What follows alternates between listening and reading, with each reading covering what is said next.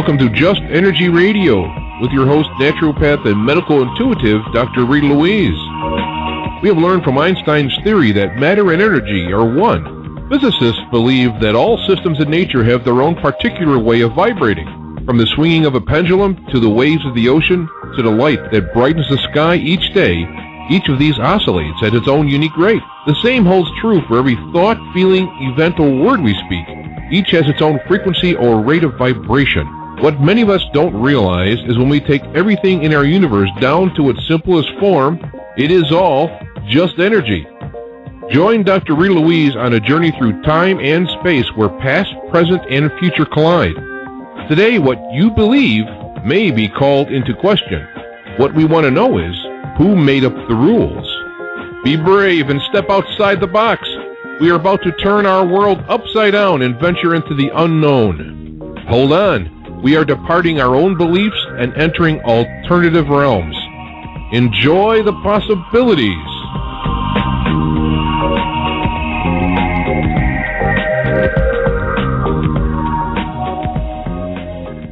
Hello and welcome to Just Energy Radio. I'm your host, Dr. Rita Louise, and thank you all for tuning into the show today.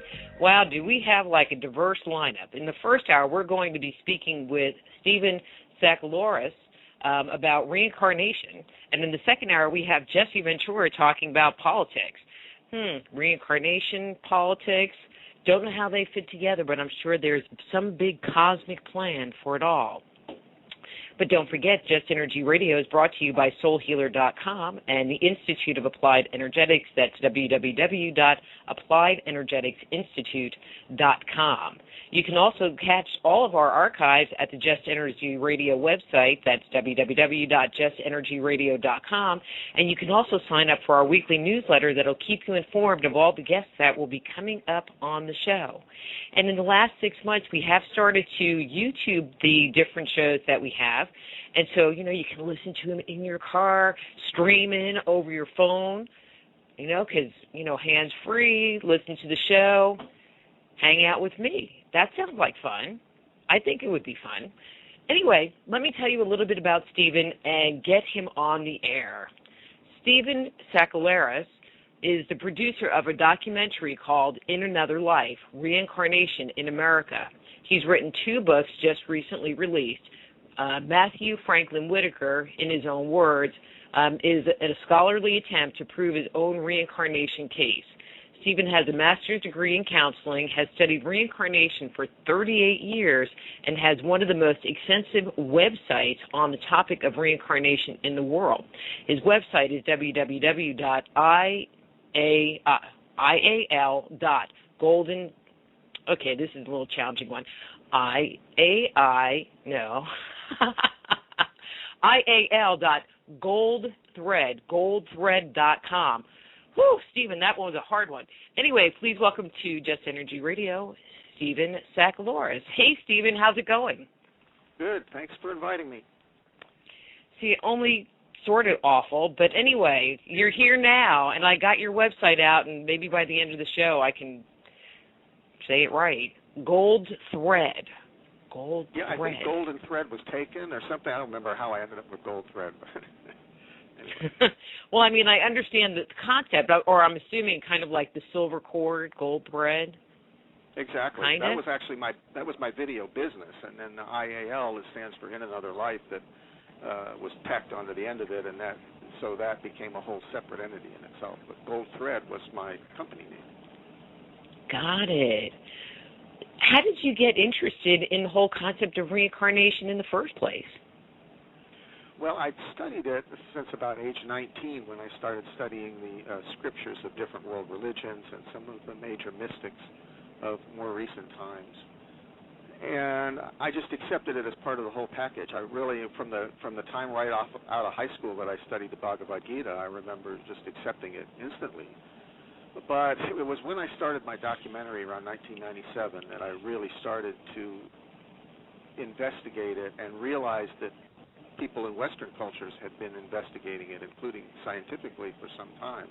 So that's when I became aware of things like past life therapy and Dr. Ian Stevenson's research and some of the hypnotic-based research. And that's when I really started delving into it.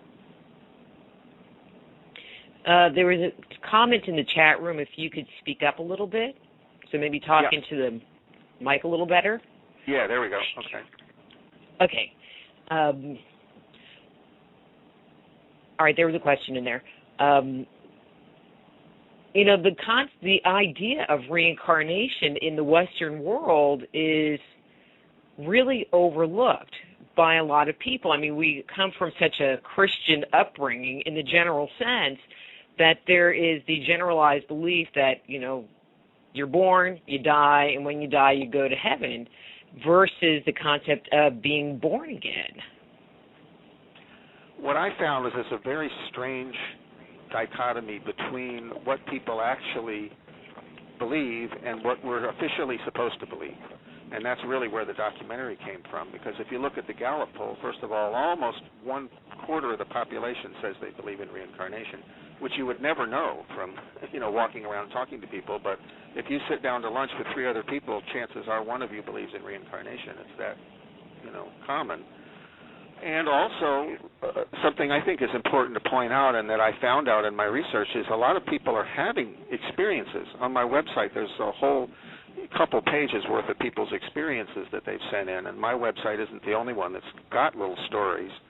So people are having experiences of, you know, they're driving along and they go across a bridge and their 2-year-old daughter says, that's where I drowned, you know, or when I was big, I, you know, used to change your diapers or whatever, you know, it goes on and on. This is not so uncommon, but it's very much suppressed in society for some reason. Based on your research, what is the cycle? You know, is it as simple as it sounds? We're born, we live, we die, we do something, and then we come back again? I mean, is it really that simple, or is there more steps to it that we're really not aware of? Well, of course, you can delve into something as far as you want to delve into it. And, you know, if you start getting into karma, it gets even more complicated. But that's the basics. And what I found is it's very natural. The life cycle is very natural. The lifespan is the linear way to look at it. It's an unnatural way to look at it. But if you look at all of life as in cycles, now at the introduction of your show, the introduction talks about vibrational cycles, that everything is in waves and cycles. So this is just a natural, you know, way that life is, and birth, you know, can be natural, death can be natural, being reborn can be natural, but we make it unnatural, I would say, in terms of the things that we throw into the mix, including materialism, for example, the belief that this is all there is, and linear thinking that things have a beginning and an ending and that's it. You know, then we make everything unnatural. But the natural course of life is all of these cycles that just, you know, are harmonious.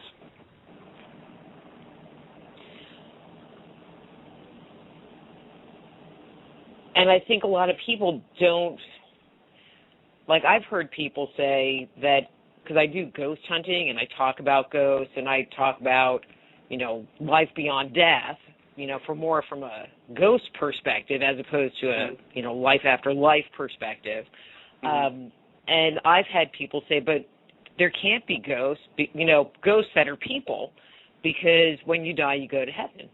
And I just am like, okay, but it sure did look like Aunt Sally standing there, not some demon.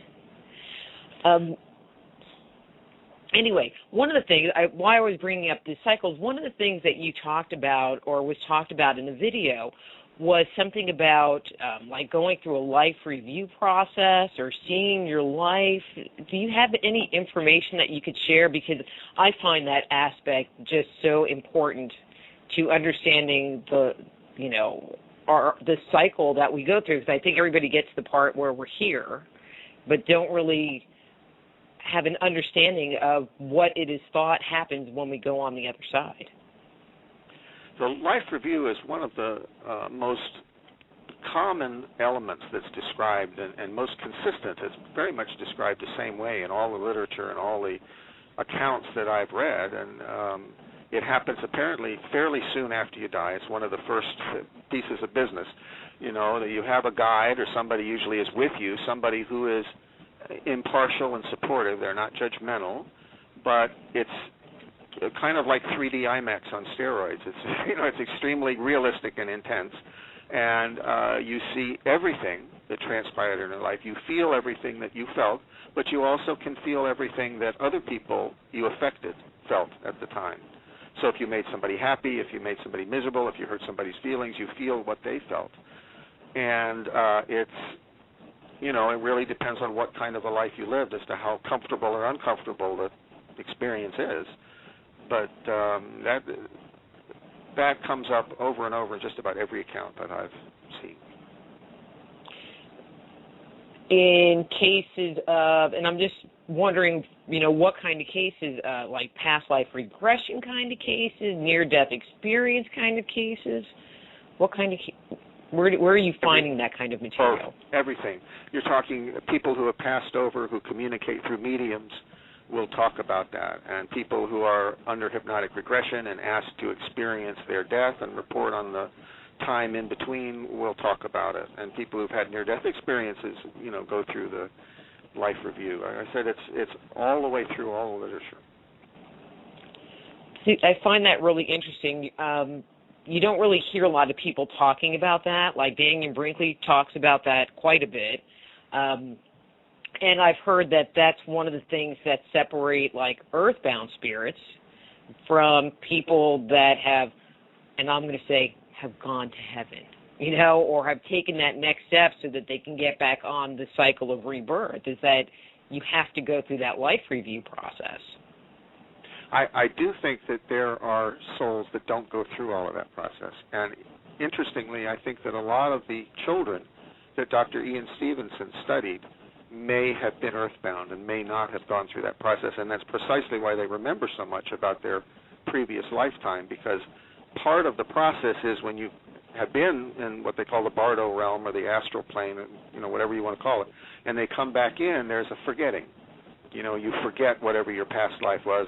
Symbolically, they talk about drinking the cup of forgetfulness or the river or whatever, but that's part of the process. But people who remained earthbound, who never went through that process, and find a woman who's pregnant and jump in, which is literally what some of them have described, they didn't go through that forgetting process. They may very well not have gone through the life review process either, for all that I know, and so they still remember.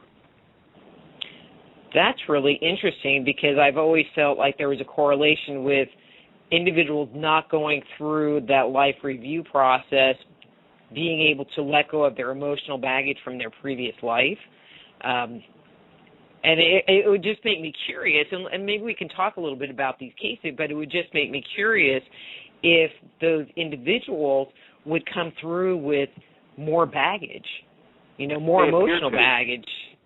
They appear to. They're still very much attached to their previous wife or husband. They're, you know, wanting to go back home to their real parents. They're, you know, wanting to take up their career again, and so forth and so on. Yeah, I mean, that's the way I read Dr. Stevenson's cases.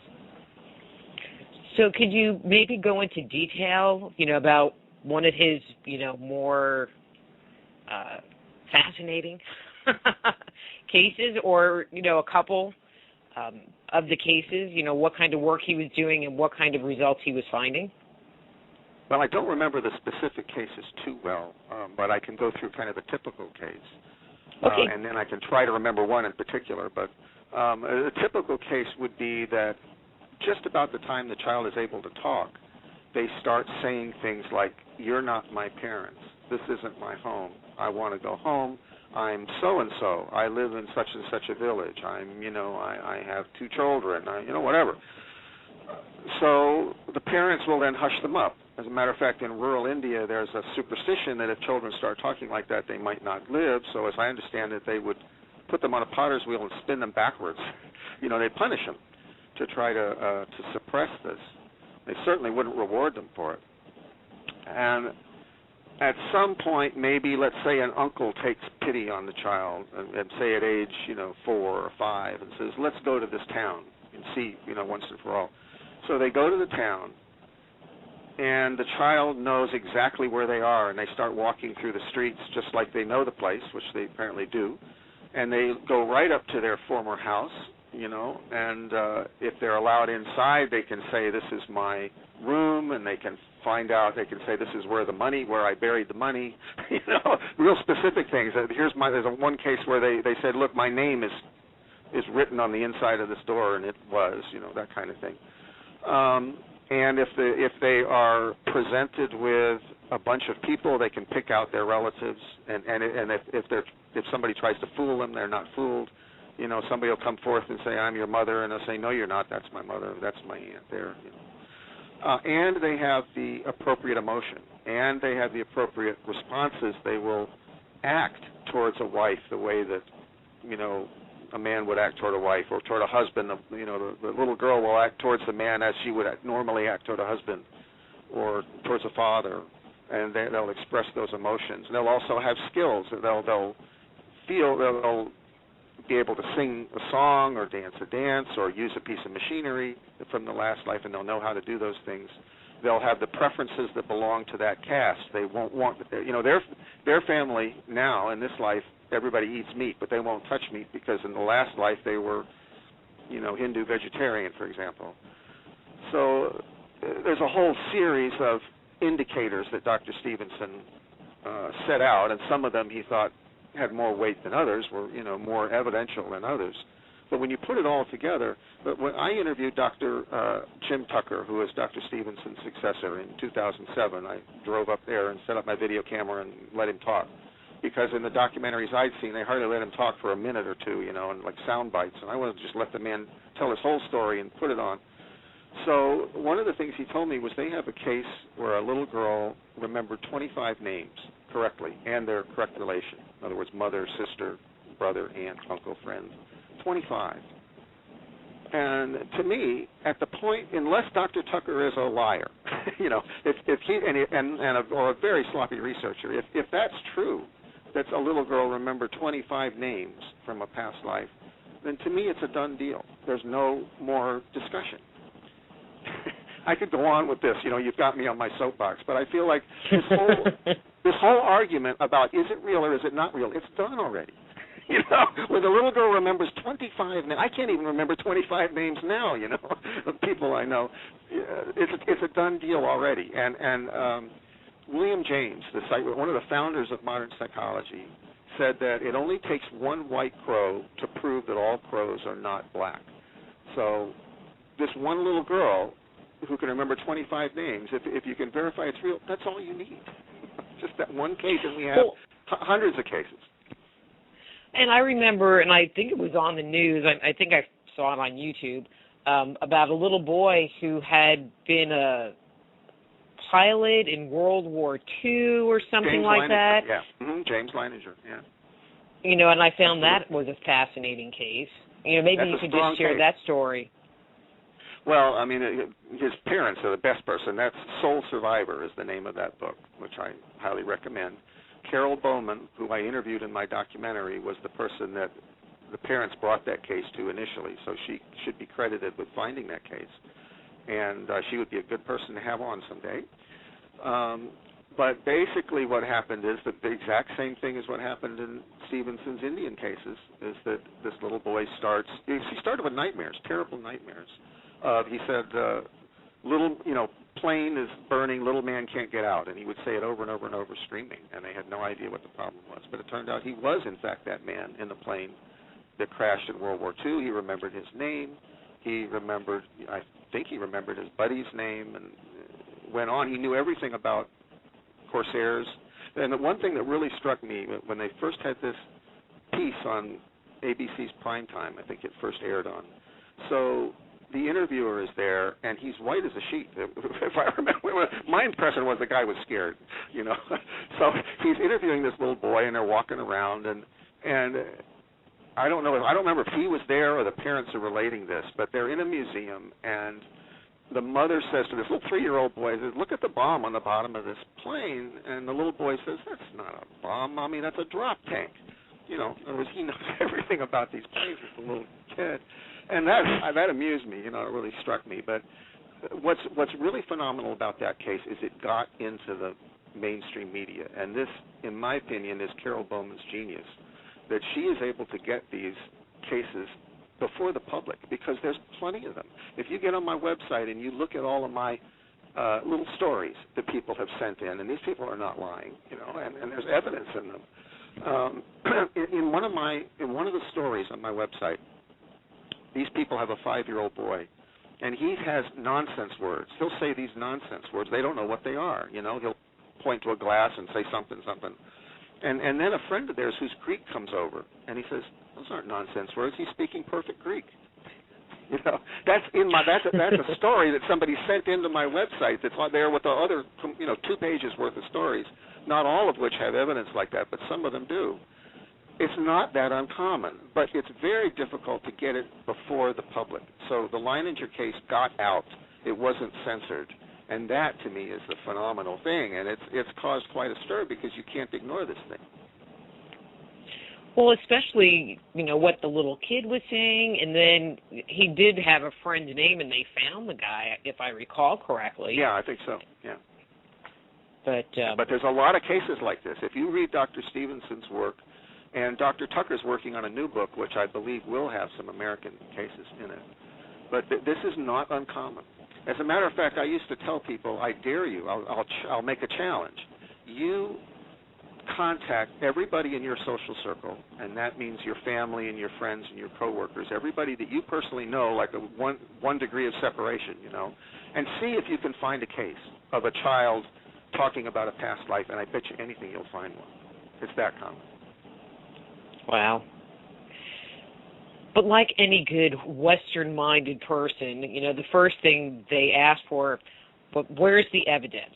Can it be scientifically studied? So I'm going to throw that one at you. Well, Dr. Stevenson is the psychiatrist. He's a pediatric psychiatrist who studied this, applied the scientific method to it. And his scientific method was not laboratory science, it was field science. So when I interviewed Dr. Robert Almeter, who's a philosopher who's well acquainted, he knew Dr. Stevenson personally and was well acquainted with his work, he said that it's just as scientific as studying fossils. You can't create a dinosaur in the laboratory until Jurassic Park becomes real. You can't create one, but you can sure as heck find one. And you can sure as heck tell that it wasn't a dog or a pig or a horse.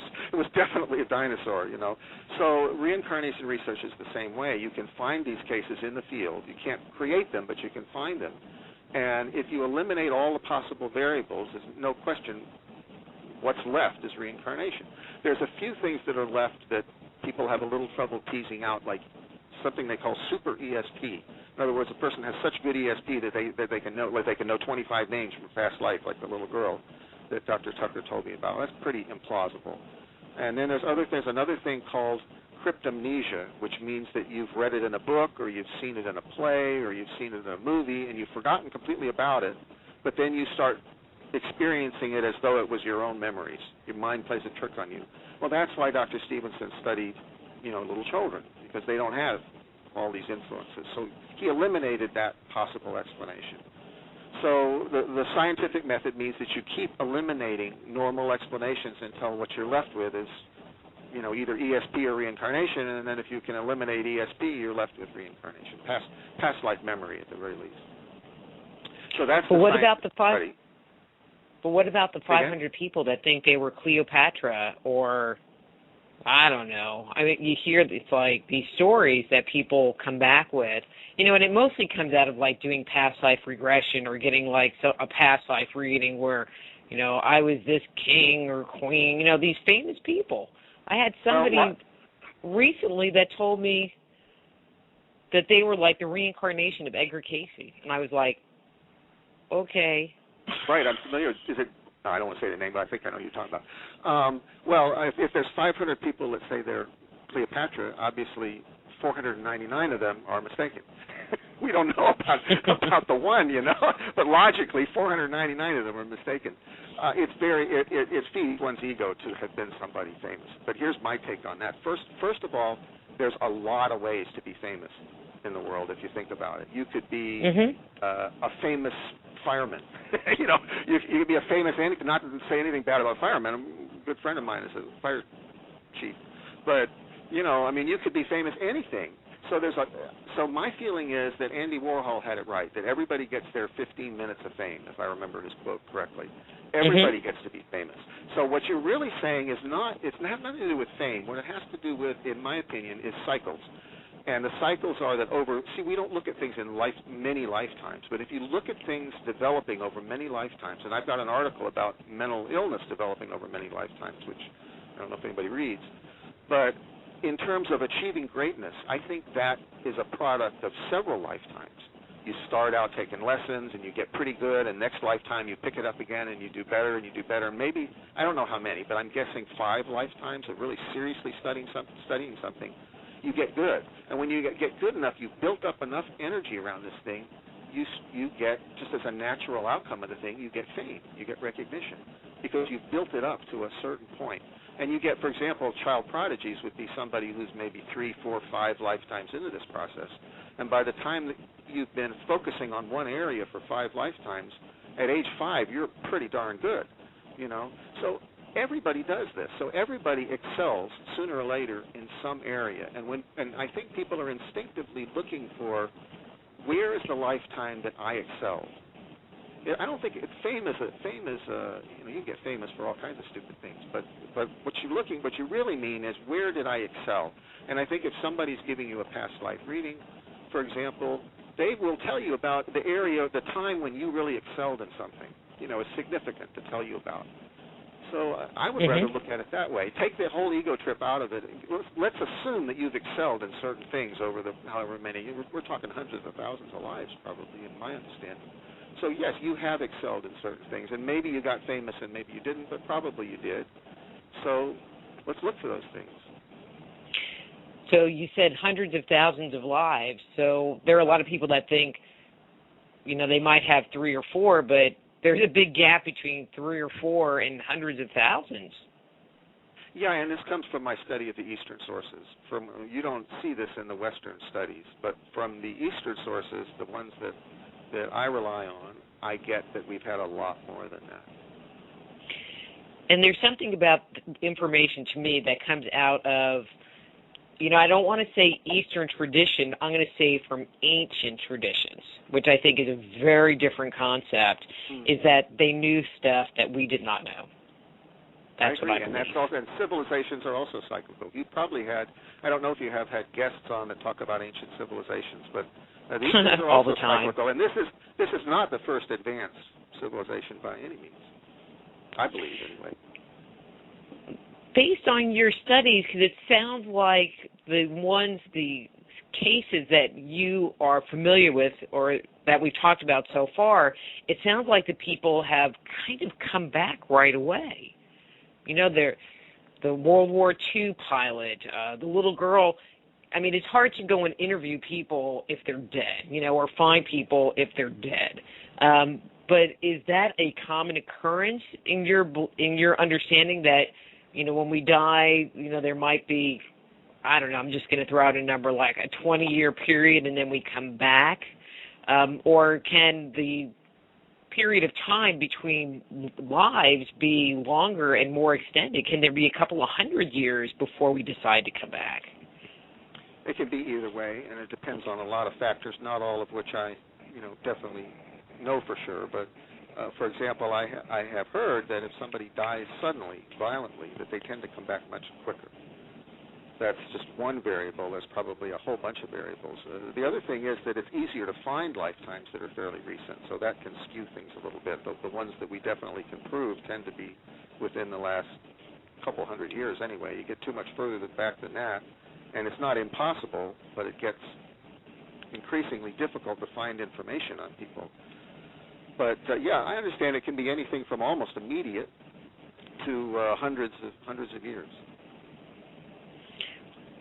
Okay, and so this isn't meant to be like a joke question, but what about coming back as animals or bugs, which I don't. I mean, do you think that that's possible as well? Well, except for certain kids that I grew up with. No, just kidding. No, that's a mistake. From what I understand, that doesn't happen. You don't go backwards that way. All right, well, I'm going to share an experience I had. I mean,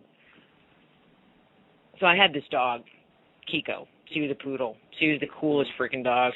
She wasn't a dog. She was a person in a dog body. Mm-hmm. And I took her to this class. I was studying at the Berkeley Psychic Institute, and I was supposed to be in class that night, but they were doing like a you and your pet class, and you could bring your dog to class, and so I took her to the class, and okay, I did get in trouble for going to the class and not going to the class I was supposed to be in at that time. And it was interesting. I was freaking out because whenever they were talking about reincarnation and how, in their belief, animals, especially dogs and certain like higher cognitive animals, could be, you could go and. What their comment was is if you suffered a death where your body was really traumatized, as opposed to coming back into a human body, you would come into a body that interacted with humans but wasn't human. So that was their belief. I will tell you what, Stephen, every time they brought up that topic, she would stand up and stare at the person talking. And then they would stop, and she'd go lay back down. And then they would talk about it again, and she would like she needed to hear this information. It was really bizarre. Well, there might be exceptions. I mean, there's exceptions to almost everything. So, maybe there are exceptions. There's another possible explanation, and that is that they're animals who have spent a lot of time with people. And, pets that have been pets for quite a number of lifetimes, they're starting to pick up mental impressions from human beings. And so they're going to be a lot more human than an animal you might find out in the woods or something. Oh, okay. I'll just. But there could be exceptions too. I mean, there's exceptions to all kind of things, and I don't believe in locking down things, tight, because no sooner do you, make a dogma than somebody. What is that bumper sticker? My karma ran over my dogma. Ran over my dogma. Yeah. Yeah. A little violent, but humorous nonetheless. So Dr. Stevens did his work in India. Have there been studies like his done in the U.S.? I think he was the first. Then there's a Dr. Haraldson that's in, I always get Iceland and Greenland mixed up. Forgive me, anybody from there. But from one of those countries. There are some Indian researchers also. He had a number of colleagues that were attempting to prove or investigate reincarnation by the same methods that he was investigating. And Dr. Jim Tucker continues in the same tradition at the University of Virginia. But there are also a lot of people who have attempted to use what I call forensic methods. In other words, they try to prove it, what you'd say, to a legal standard, which are also very strong. Yeah, they're not quite using the scientific method. They're using what you would use if you were a detective. And there is actually a case by a detective, and that's Captain Robert Snow, who wrote a book called Looking for Carol Beckwith, and he was the head of homicide investigation for the city of Indianapolis, and a coworker who used hypnosis with children, in his department dared him to try a hypnotic regression at a party or something, and he said, okay, and then he wasn't really very serious about it, but she kept bugging him, have you done it yet? And of course now his honor's at stake, right? So finally he goes. And he's very honest. And scientific rigor and honesty are pretty close. So this man is professionally an honest person. He's just going to go for the facts. And he sits there for half an hour, and the hypnotist tries to put him under, and nothing happens except his back hurts. So, he records that, in this account of the procedure, just my back hurt, nothing happened. All of a sudden, he's plunged into this complete, full 3D experience. He's, walking around somewhere in a forest. He knows he's sitting in the chair, but at the same time, it's as though he's literally walking around in this forest, remembering a past life. He remembers 3 past lives, and one of them is pretty recent as a painter in the early 1900s. Well, make a long story short, he tracks this down, and he recorded his session. There were 28 points that could be disproved, and he tried for 2 years to disprove the thing. He and his wife both detectives, tried to disprove it, and he ended up proving all 28 points. In other words, he proved it. And the man's credentials are impeccable. He's a detective. So and yet I wouldn't say that's the scientific method per se, but it's the detective method. So there's quite a few cases that also meet that standard, including hopefully my own. Your case? Yeah, my first book. Yeah, Matthew Franklin Whittier, in his own words, is my own attempt to verify that I was that person. and this is the younger brother of poet John Greenleaf Whittier. And it's a long story as to how I came across this, but I feel that I did, to a pretty strong degree of certainty, prove that I was actually him. Go on. Yeah, I'm sure you can make a long story kind of short. Well, I certainly can. I mean, we got a little time here. Well, as quickly as I can reasonably go through it, I had a psychic reading many, many years ago by a woman named Patricia Kobler, who worked out of the inner space in Atlanta, Georgia. I think she's retired now. But I was convinced that she was genuine from a number of things that she'd said. And one of the things she said was that I had been a woman, a writer on the West Coast, probably around the 1920s, and that I wrote serials, weekly, installments, and that I was fairly successful. So I would just poke around the internet looking for women writers that might ring a bell. And I couldn't find any, and then, every once in a while, I wasn't really systematic about it. I would just spend time poking around. And then I ran across this name, the name of Sarah Orne Jewett.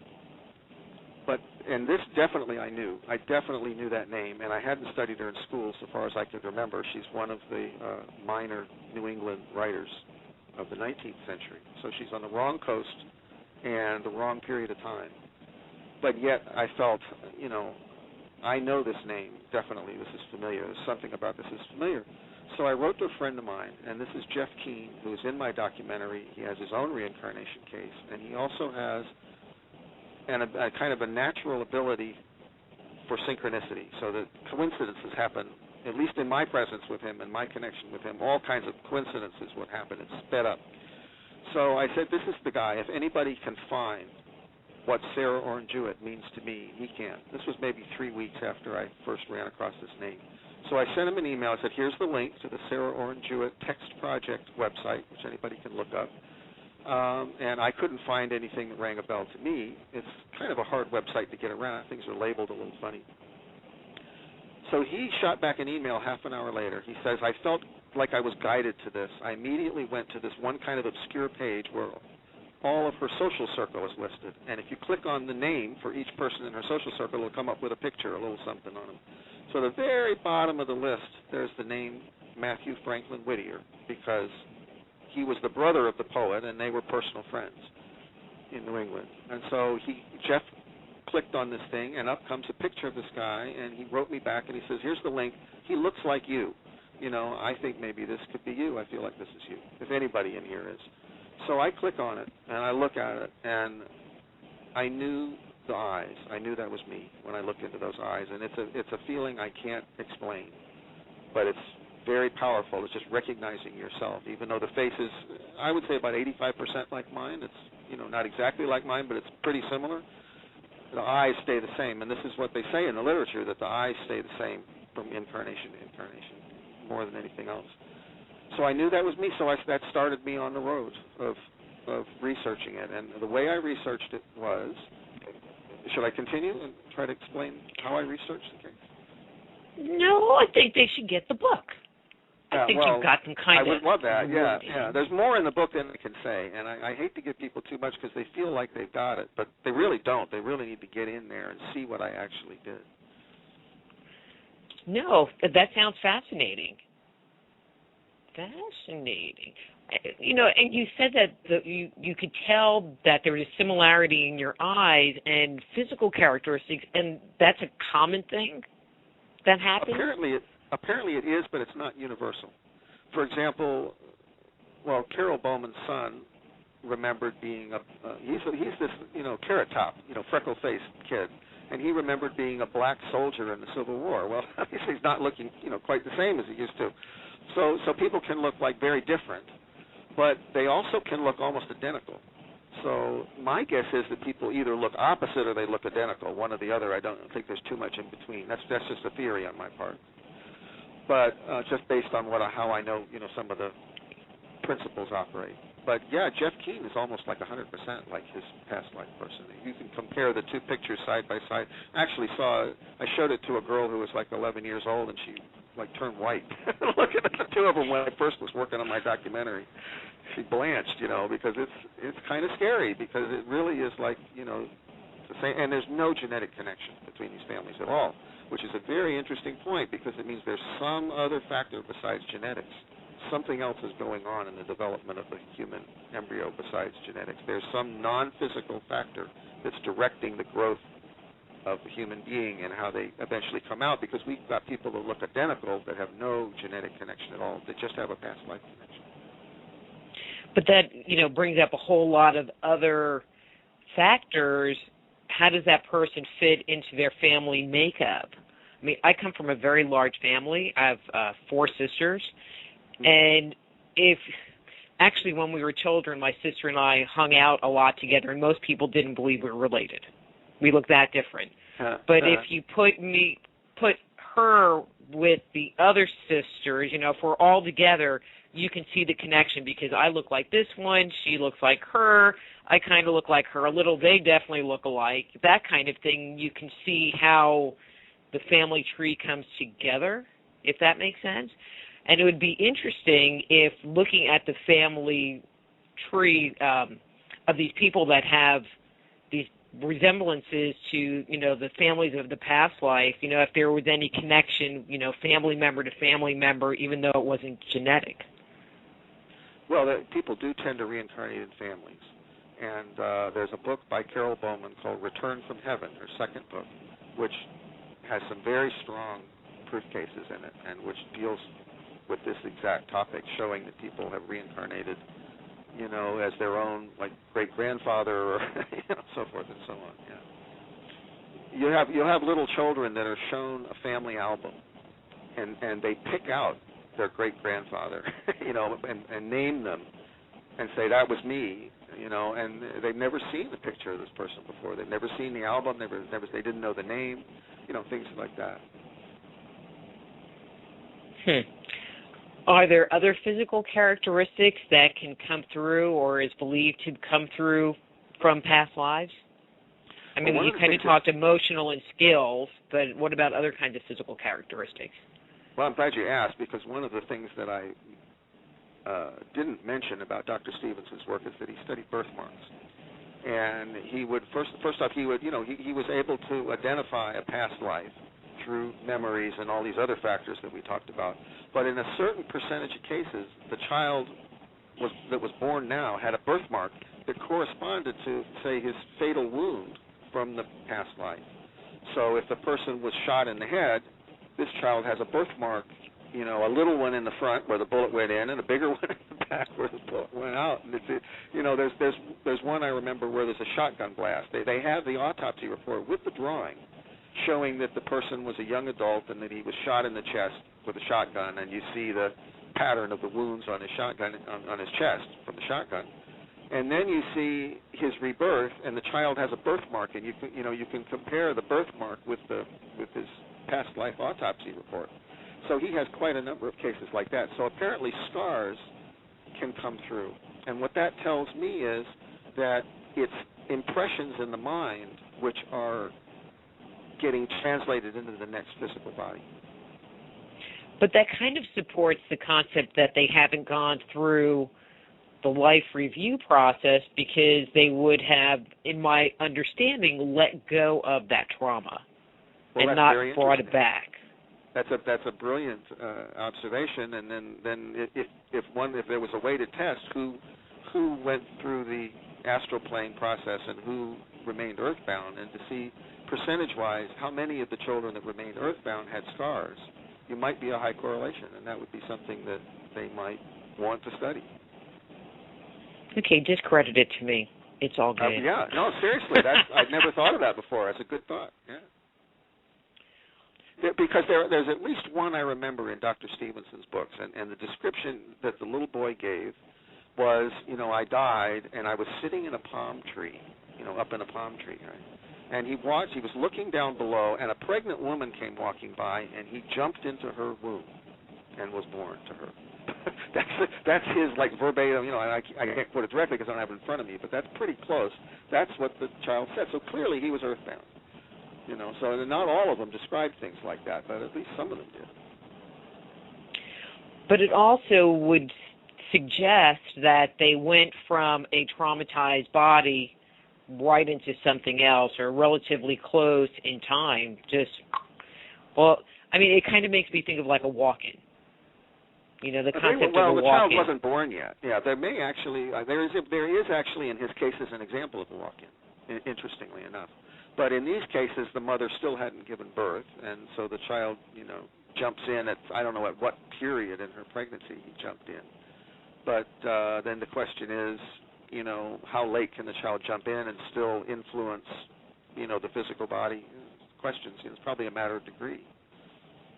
That just makes me go on this whole like little brain tangent, because if it was a soul that wasn't necessarily scheduled to be in that body, what was the relationship with the mother like, the birth mother? Because there wasn't an agreement, or father. I mean, because that's something that I see in family dynamics, is that the child that comes through, it's either, the agreement of the mother or the agreement of the father, and then you can tell which one they're going to act like based on that agreement. I mean, it's pretty straightforward. Yeah. But if this child just kind of jumped the line, it makes me wonder if they act like neither, because there wasn't the agreement to come through from the parents on a knowing level. Seems to be the child's emotional experience. You're not my parents. They're not really, necessarily, they don't want to even be there because they say, this isn't my home and you're not my parents. That's what some of them say. Interesting, little usurpers. No. yeah. He basically stole a body. Hey, bring my little real baby soul back here. If there is a child that is having past life memories, or how can you separate out, a past life memory from imagination? Okay, well, I'm glad you asked that question, is what they say in politics, except I'm actually going to answer it. And I'm back to my colleague Carol Bowman again, because she has set out what she calls 4 signs, 4 things to look for that will tell you whether it's just a fantasy or whether it's really a past life memory. And I happen to have them right in front of me. I don't have them memorized. But the first is matter-of-fact tone, she says, which means that the child just sort of matter-of-fact says the thing like it's just a fact and, we just know it. It's not, she says, it's not a sing-songy fantasy kind of thing. The child says, this is it, In other words, I was a, World War II pilot and, blah, blah, blah. And I was killed in a crash. And the second one, she says, is consistency over time, which means that they keep saying the same exact details over and over. The little Leininger boy didn't change and say he was in a ship, or maybe I was in a train or a car when I crashed. He stuck to his story, And his nightmares were consistent, too, unfortunately. Then the third is knowledge beyond experience, which James Leininger clearly demonstrated. He says that's not a bomb, Mommy, that's a drop tank. So that would be an example of that. And the last is what she calls corresponding behaviors and traits, which means that the person, like I said, there might be a child who was a Hindu Brahmin caste who didn't touch meat. So when he reincarnates, he still doesn't want meat. So that would be an example of a behavior and trait that carries over. So those 4 things, matter-of-fact tone, consistency over time, knowledge beyond experience, and corresponding behaviors and traits. I had a gentleman, I have a question from the chat room that I'll get to here in a second, but I'm just sharing this. I had a gentleman come to me at a psychic fair that wanted me to do a reading on his daughter, but not really do a reading on his daughter, but listen to what she was saying, because he wasn't sure if what she was saying was her fantasy or if there was any truth, then they should follow up on it. And so she was telling, I don't remember the details, but she was talking about an earlier life, and she was like 7. But apparently she had been saying the same thing for years and years and years, and fortunately her parents didn't scourge her. And so I started asking her all kinds of weird questions, because it was like from the turn of the century, late 1800s, early 1900s. And so I started asking her all kinds of weird questions, because she was a woman in that period. And it's like, well, were you wearing a short dress or a long dress? And just things that if you didn't live in that period, you wouldn't know, being that age, unless you researched. And she was answering all the questions correctly. Even when I was throwing decoy questions in there. Which is what Dr. Stevenson describes, too. They try to fool the kid, and the kid isn't fooled. Okay, so this is the question that was in the chat room, and I'm not going to read it. I kind of going to summarize it. So the question, and this is from my good friend Old Hip, and it says, so are the same souls being recycled over and over again, or are there new souls also being created and put into the mix of souls that are coming to this earth? Okay, well, it's both. And this I get from the Eastern side of things, my esoteric studies, and not from the Western research, which doesn't really deal with this question. But it's my understanding that the soul progresses up through the whole evolutionary chain. And when it gets to the top, to say the great apes, that then there'll be a jump, and that soul will incarnate as a human being for the first time. And once it does that, it continues to reincarnate as a human being. And from there on, you do get this recycling effect. Okay, that was short and sweet. yeah. I mean, it's both, in other words, yeah.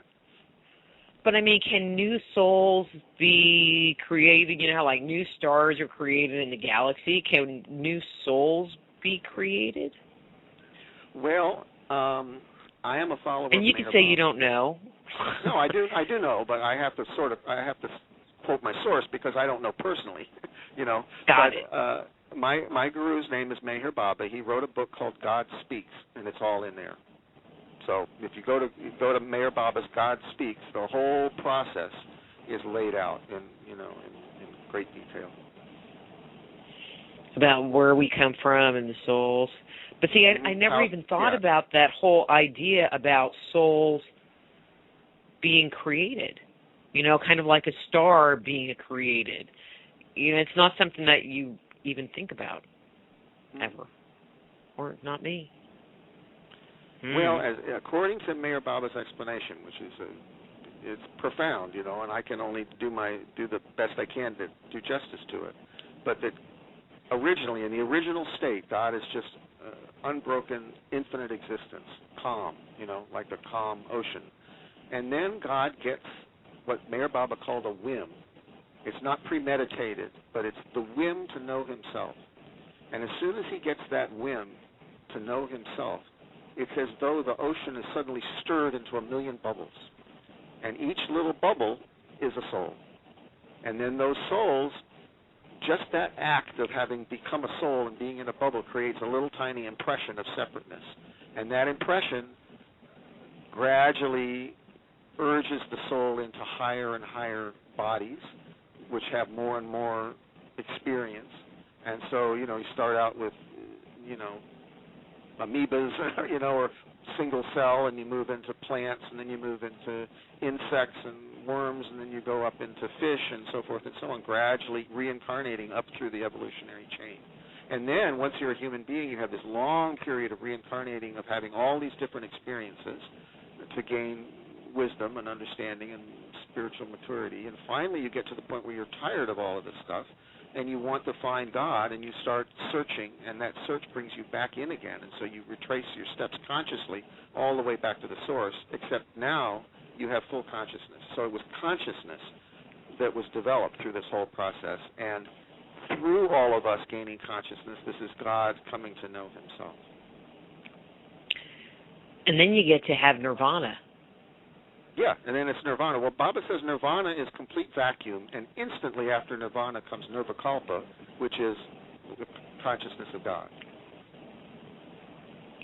I had a guest on, and she was talking about ascension, kind of reaching that point where you no longer have to be part of the reincarnation process or, taking on a physical body, which, it's not a question of whether I believe it or not. And but finally I said, but it doesn't sound like we can go through this process in this lifetime.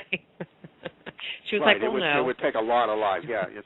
Meher Baba said something very interesting. He said if there was sufficient motivation, it could be done in one lifetime. But the inference is that none of us can want it that bad. And Sri Ramakrishna, who I also studied, said, Swami Vivekananda asked him, have you seen God? Swami Vivekananda was a college student, a westernized college student, and he was going around asking all of these Indian sages, have you seen God? And they all hemmed and hawed until he met Sri Ramakrishna. And Sri Ramakrishna says, yes, I see him more clearly than you see me here, but who wants to know God? Because people cry buckets of tears for everything else in the world. But, in other words, In other words, you can't get it because you don't want it, badly enough. So it could be done in one lifetime if you really wanted it that badly, but most of us don't, and it takes us, who knows how many lifetimes. Yeah. Too many to think about. So we have 2 minutes left, and I was going to ask one more. Huh? Because we get distracted by all these other things that we like better. Anyway, go ahead. I'm sorry. So we have 2 minutes left. So I had another question that I thought of, but we'll just have to pick it for a different time in another lifetime. So if somebody wants to see the movie, get copies of your books, et cetera, where would be the best place for them to go? Okay, I'll say the URL. It's www.ial.goldthread.com. ialgoldthread.com. Cool. Well, that was very quick. Usually when I open that door up, my guests are like, blah, blah, blah, blah, blah, and the music is coming up. It's gotta go. It's all on the website. It's all on the website. Yeah, everything. It's 13 years worth of website. It's got a lot of stuff in it. A lot of stuff. Okay, so let me just ask one quick question. We got a minute. So if somebody wanted to find out about a past life, do you recommend past life regression? Do you find that that's a good tool to work with? I think there's two legitimate reasons to use it. One's for therapy under a good therapist, and the other is for legitimate research, but not just idle curiosity, because there are some dangers associated with it. Okay.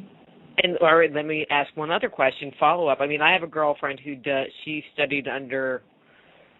does the life between life, and I can't for the life of me think of the guy who teaches that. But she's also a counselor, and so she's very good, and I send all of my people that I feel like have past life issues going on that are affecting their life currently. And but do you think it's important to kind of check out the person that you are going to go to or get a referral to someone who is more in the therapeutic area versus the looky-loo? That's what I like to call it, area? Yeah, yes. For sure. I mean, it's very important to pick a competent therapist, competent regression. Because you can run into something you can't handle on your own. Yeah. Mhm. Well, the music's going to come up here in a second. Stephen, thank you so much for coming on. You were very fun.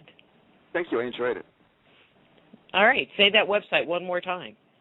www.ial.goldthread.com. All right. Well, Stephen, I will talk to you again soon, and have a great afternoon, okay? You too. All right. Bye-bye. Bye. That was Stephen Sakellarios, his website, www.ial.goldthread.com, and we will be back with former Governor Jesse Ventura after these words from our sponsors. Just Energy Radio with your host, Dr. Rita Louise, will return right after these messages.